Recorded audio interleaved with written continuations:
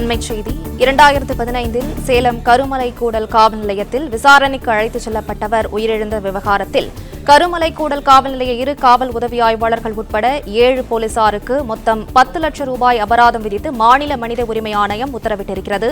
மேலும் விவரங்களை செய்தியாளர் ஆனந்த் தொடர்ந்து வழங்க கேட்கலாம். ஆனந்த், விவரங்களை தொடரலாம். வணக்கம். காவல் நிலையத்திற்கு அழைத்து சென்றவர் துன்புறுத்தப்பட்டு விசாரணையின் போது உயிரிழந்த விவகாரம் தொடர்பாக 2 காவல் உதவி ஆய்வாளர்கள் உட்பட 7 காவல்துறையினருக்கு மொத்தமாக 10 லட்சம் ரூபாய் அபராதம் விதித்து மாநில மனித உரிமை ஆணையம் உத்தரவிட்டிருக்கிறது.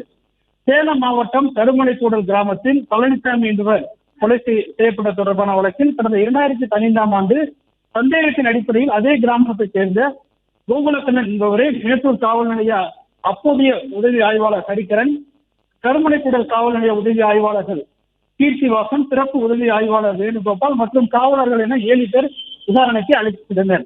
காவல் நிலையத்தில் தாக்கப்பட்டு துன்புறுத்தலுக்கு ஆளான கோகுலக்கண்ணன் நெஞ்சு வலியால் பாதிக்கப்பட்டார். உடனடியாக சேலம் அரசு மருத்துவக் கல்லூரி மருத்துவமனைக்கு அழைத்து செல்லப்பட்ட போது அவர் ஏற்கனவே உயிரிழந்து விட்டதாக அப்போது தெரிவிக்கப்பட்டது.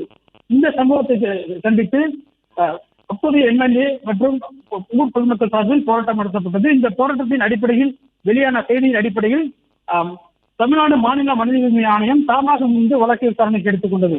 இந்த வழக்கு விசாரணைக்கு எடுத்த மாநில மனித உரிமை ஆணையத்தின் உறுப்பினர் கண்ணதாசன் வழக்கு தொடர்பான ஆவணங்கள் அளித்துள்ளார். மேலும் பாதிக்கப்பட்ட அவரது குடும்பத்திற்கு 1 மாதத்திற்குள் 10 லட்சம் ரூபாய் இழப்பீடாக வழங்க வேண்டும் என தமிழ்நாடு அரசுக்கு நீதிபதி கண்ணதாசன் உத்தரவிட்டிருக்கிறார். மேலும் இந்த இழப்பீட்டு தொகையை தலா 2 லட்சம் ரூபாயை உதவி ஆய்வாளர் ஹரிகரன் மற்றும் கீர்த்திவாசன் ஆகியோரிடமிருந்தும் சிறப்பு உதவி ஆய்வாளர் வேணுகோபால் மற்றும் சந்திரகுமார் ஆகியோரிடமிருந்து தலா 1,50,000 ரூபாய் எனவும் காவலர்களிடமிருந்து தலா 1 லட்சம் ரூபாய் வசூலிக்க வேண்டும் என மனித உரிமை ஆணைய உத்தரவிட்டிருக்கிறது. மேலும் காவல்துறையினர் 7 பேருக்கு எதிராக ஒழுங்கு நடவடிக்கையை 3 மாதங்களுக்குள் முடிக்க வேண்டும் எனவும் ஆணையம் பரிந்துரை செய்திருக்கிறது. பிளே ஸ்டோர் மற்றும் ஆப் ஸ்டோரில் இருந்து பாலிமர் செயலியை QR கோடு மூலம் பதிவிறக்கம் செய்யுங்கள். செய்திகளை உடனுக்குடன் பெறுங்கள்.